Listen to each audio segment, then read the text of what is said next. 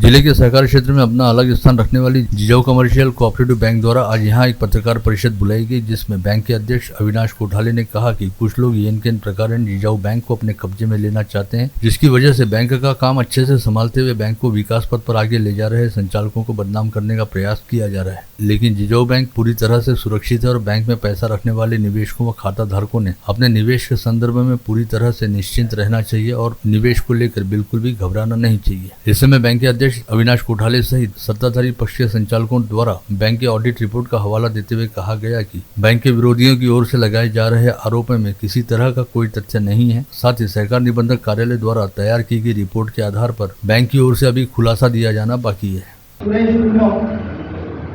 त्याच्यानंतर एक वैद्य बाळासाहेब वैद्य आणि स्वप्नील देशमुख हे दोन कर्मचारी काढून टाकले आणि हे दोन बँकेचे थकीत करतात। त्यांना यांच्याकडून बँकेला उभं करून 1,23 लाख घ्यायचे होते। स्वप्नील कंत्राटी कामगार होता। स्वप्नील देशमुख हा बँकेत कंत्राटी कामगार होता। तो यवतमाळमध्ये कामच करत होता, फक्त बँकेने त्याला कंत्राट संपल्याबरोबर काढून टाकले। त्याच्यावर हायकोर्टाने आपल्याला बँकेला स्टे दिलेला आहे। त्यानंतर उमप जे आहे, उमपकडे 1 कोटी साधारणतः 25 लाखाचं कर्ज थकीत आहे दोन कर्ज। त्यांच्या मिसेस आणि त्या एका कंपनीचं कर्ज आहे त्याच्याकडे आणि त्याचं स्वतःचं हाऊसिंगचं कर्ज आहे। त्यांची प्रॉपर्टी बँकेने विकलेली आहे आणि विकल्यामुळे ते नाराज झाले आणि त्यांनी आता विविध प्रकारे विविध कोर्टात गेले, कोर्टाने त्यांना काही स्थगिती पुढे दिली नाही। प्रहार जनशक्ति पार्टी के अध्यक्ष तथा अचलपुर निर्वाचन क्षेत्र के विधायक बच्चू कडू ने महिला आरक्षण विधेयक पर प्रतिक्रिया देते हुए एक विवादास्पद बयान दे दिया, जिसमें उन्होंने कहा कि कोई महिला जनप्रतिनिधि क्रियाशील नहीं है, बल्कि उनके पति ही उनका पूरा काम देखते हैं। विधायक कडू के मुताबिक 75% विधायक व सांसद महिला क्रियाशील नहीं है। विधायक बच्चू कडू ने सरकार आपके द्वार उपक्रम पर भी अपनी प्रतिक्रिया दी और कहा कि 33% से अधिक नुकसान हुआ तो किसानों को क्षतिपूर्ति मिलती है, इसके लिए अलग से सूखा घोषित करने की कोई आवश्यकता ही नहीं है। जिले में राजनीतिक व सामाजिक दृष्टि से काफी महत्वपूर्ण रहने वाली जिला मध्यवर्ती सहकारी बैंक की आगामी 30 सितंबर को होने वाली आम सभा से पहले कांग्रेस व राकापा नेताओं ने व्यू रचना करना आरंभ कर दिया है। मंडल न्यूज को मिली जानकारी के मुताबिक मार्टिखड़ी के पास स्थित कांग्रेस भवन में आज दोपहर बैंक के संचालकों की बंद द्वार बैठक हुई, जिसमें राष्ट्रवादी कांग्रेस के 2 सहकार नेताओं के भी पहुंचने की जानकारी है। इसे जिला बैंक के अध्यक्ष व प्रहार के विधायक बच्चू कडू के विरुद्ध व्यू रचना बनाने की दृष्टि से देखा जा रहा है। दरियापुर निर्वाचन क्षेत्र के विधायक बलवंत वानखड़े ने आज स्थानीय जिला सामान्य अस्पताल में आकस्मिक दौरा करते हुए वहां पर भर्ती रहने वाले मरीजों से उनका हालचाल जाना और अस्पताल में उपलब्ध स्वास्थ्य सेवाओं और सुविधाओं के बारे में आवश्यक जानकारी भी प्राप्त की। जिले की सांसद नवनीत राणा ने आज महिला आरक्षण बिल को लेकर संसद के विशेष सत्र में अपने विचार रखते हुए इसे देश की महिलाओं के लिए एक बेहद क्रांतिकारी कदम बताया। साथ ही इस बिल को मंजूरी देने हेतु पीएम मोदी के नेतृत्व वाली केंद्रीय कैबिनेट के प्रति आभार भी ज्ञापित किया। सर, मैं इतना जरूर बोलना चाहूंगी, रानी झांसी लक्ष्मीबाई, आई जिजाऊ, आई रमाई, सावित्री ने जिन्होंने हमको शिक्षण का अधिकार दिया, शिक्षा का अधिकार, शिक्षण का अधिकार दिया। सर, डॉक्टर बाबा साहेब अम्बेडकर ने जिन्होंने मतदान का अधिकार दिया। आज ये पार्लियामेंट मोदी जी के द्वारा हमें हमारा अधिकार, हमारी ताकत, हमारा विश्वास हमारे में फिर से एक बार जगा है। सर, लास्ट 1 मिनट कि हम आने वाले समय में बराबरी में खड़े होकर हम निर्णय ले सकें। सर, मैं इतना ही बोलना चाहूँगी, 4 लाइन, अमित भाई भी यहाँ पे, हमारे अमित शाह जी भी यहाँ पर बैठे हैं। सर, आप लोगों की भावना हमने 4.5 वर्षों में ये पार्लियामेंट में सबने महसूस की है। महिलाओं ने जिस तरीके से एक नई सांसद को आपने मौका दिया, हर बार अपने विचार यहाँ रखकर हमें चांस दिया कि आगे बढ़िए, हम तुम्हारे साथ हैं, इस तरीके का विश्वास पार्लियामेंट में मिला। Sir, last 4 line, sir, just 4 lines. सम्मान तुम हो, 1 मिनट, कविता गारू, सम्मान तुम हो, स्वाभिमान तुम हो, अभिमान तुम हो, दिल अपना कभी ना दुखाना, उस विधाता का विधान तुम हो।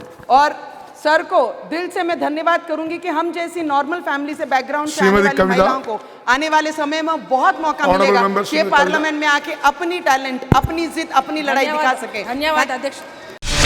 प्रतिवर्ष भगवान श्री गणेश से संबंधित किसी ऐतिहासिक व पौराणिक धार्मिक स्थल की प्रतिकृति साकार करने की परंपरा रखने वाले श्री कृष्णपेट स्थित श्री कृष्ण गणेशोत्सव मंडल द्वारा इस वर्ष स्वयंभू वारासिद्धि विनायक स्वामी की अति प्राचीन मूर्ति की हूबहू प्रतिकृति को साकार करते हुए स्थापित किया गया। गत रोज गणेश चतुर्थी पर्व पर गणेश की स्थापना से पूर्व श्री कृष्णपेट गणेशोत्सव मंडल द्वारा भव्य शोभा यात्रा का आयोजन किया गया, जिसके बाद पूर्व जिला पालक मंत्री सुनील देशमुख ने सपत्नी विधि विधान पूर्वक पूजा अर्चना करते हुए मंडल के पंडाल में वारासिद्धि विनायक श्री गणेश की स्थापना की। शहर के इरविन चौराहे के पास स्थित खापटे बगीचा स्थित न्यू आजाद गणेशोत्सव मंडल ने 40 वर्षों की अपनी परंपरा को कायम रखते हुए गत रोज विदर्भ के राजा को बड़ी आस्था और धूमधाम के साथ स्थापित किया। इस समय विधायक बलवंत वानखड़े मुख्य तौर पर उपस्थित थे। शहर के टोपेनगर स्थित श्री गणेशोत्सव मंडल द्वारा इस वर्ष पंढरपुर की थीम पर शानदार झांकी प्रस्तुत की गई है, जिसका उद्घाटन कल गुरुवार 21 सितंबर की शाम 7 बजे हरिद्वार के महामंडलेश्वर उत्तम स्वामी महाराज के हाथों पूर्व पालक मंत्री प्रवीण पोटे पाटिल तथा विधायक प्रताप अड़सड़ एवं स्वागताध्यक्ष नानक राम निमनानी की प्रमुख उपस्थिति में होगा। इस आशय की जानकारी आज यहाँ बुलाई गई पत्रवार्ता में मंडल के अध्यक्ष किरण पातुरकर द्वारा दी गई। मनपा आयुक्त मेघना वासनकर ने बुधवार को खापटे बगीचा के न्यू आजाद और श्री कृष्णपेट के गणेशोत्सव मंडलों को भेंट दी, जहां पर उन्होंने मंडलों के बारे में आवश्यक जानकारी हासिल करते हुए साफ सफाई रखने के संदर्भ में आवश्यक निर्देश जारी किए। इस समय मनपा के अन्य कई अधिकारी भी उपस्थित थे।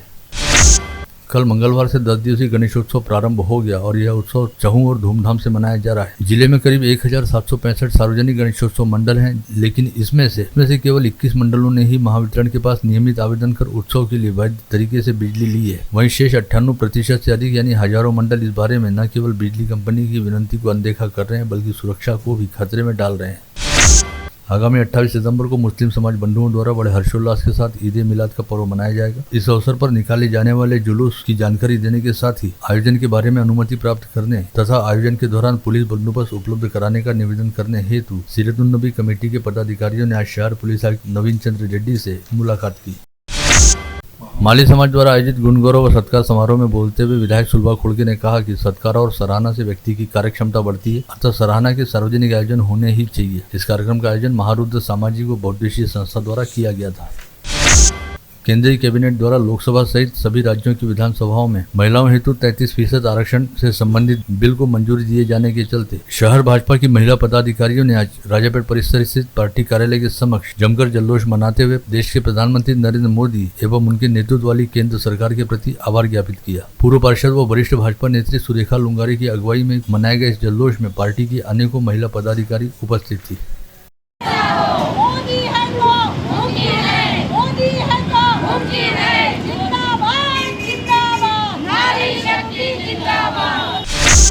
इंडियन कॉन्क्रीट इंस्टीट्यूट की अमरावती शाखा का वर्ष 2023 से 2025 3 वर्षों के लिए पदग्रहण समारोह हाल ही में संपन्न हुआ। इस समारोह में शहर के विख्यात इंजीनियर अमित गिल्डा ने अध्यक्ष तथा अनुराग तिवारी ने सचिव पद की शपथ ली। कॉन्क्रीट दिवस व इंजीनियर दिवस के उपलक्ष्य में संयुक्त रूप से इस कार्यक्रम का आयोजन किया गया था।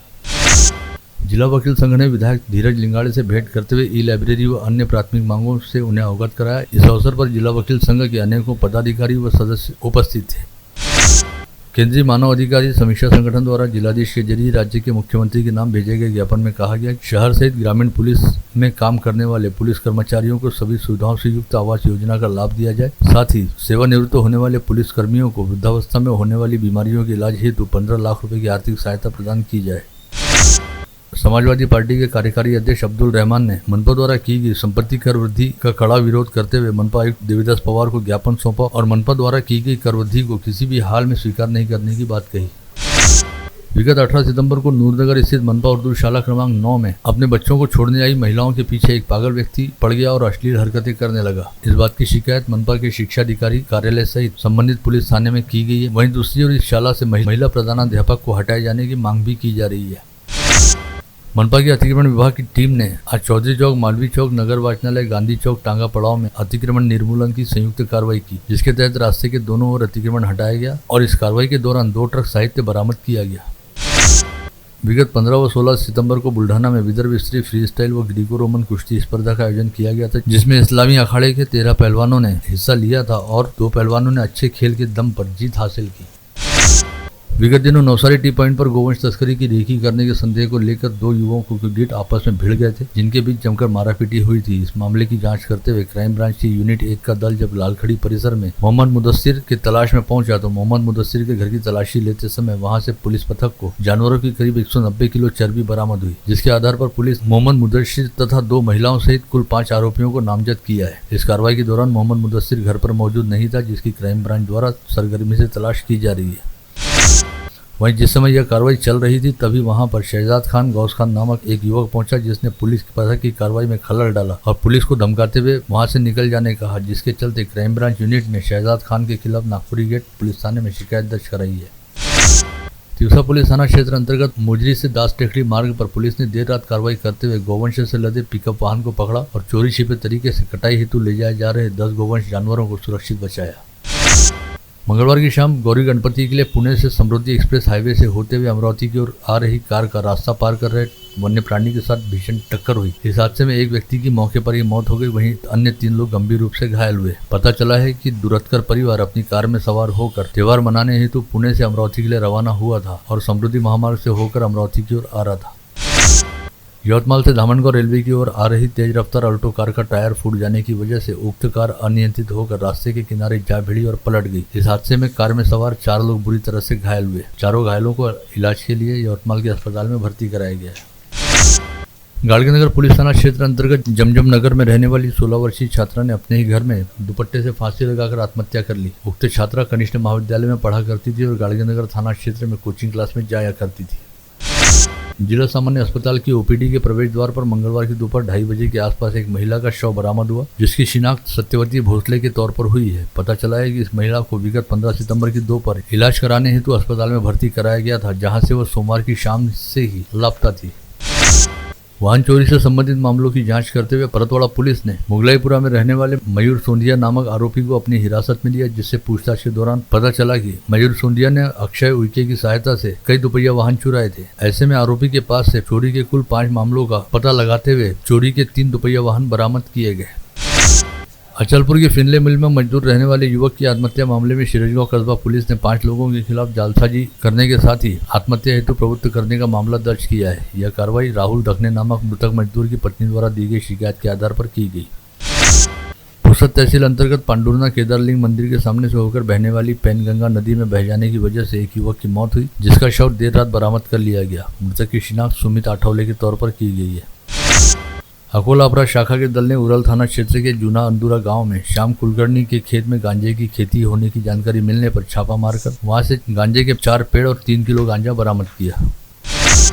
यवतमाल के भामराजा स्थित नेहरू महाविद्यालय में कार्यरत महिला मुख्याध्यापिका ने पेंशन केस पर हस्ताक्षर करने से इनकार कर मानसिक रूप से प्रताड़ित किए जाने व अपमान करने से व्यथित होकर फांसी का फंदा लगाकर आत्महत्या कर ली। इस मामले में पुलिस ने संस्थाध्यक्ष व सचिव सहित 4 लोगों के खिलाफ अपराध दर्ज किया है। धारनी के काकरमल गांव में रहने वाले सोहनलाल पटोरकर नामक 48 वर्षीय किसान ने फसल की बर्बादी तथा सिर पर बढ़ते कर्ज के बोझ के चलते परेशान होकर फांसी लगाकर आत्महत्या कर ली। मामले की जानकारी मिलते ही पुलिस ने घटनास्थल पहुंचकर पंचनामा किया और शव को पोस्टमार्टम के लिए धारनी अस्पताल रवाना किया। आप देख रहे थे मंडल न्यूज बुलेटिन। हमारे चैनल को लाइक करें, शेयर करें और हाँ, सब्सक्राइब करना ना भूलें। कल होगी आपसे फिर मुलाकात, तब तक के लिए धन्यवाद।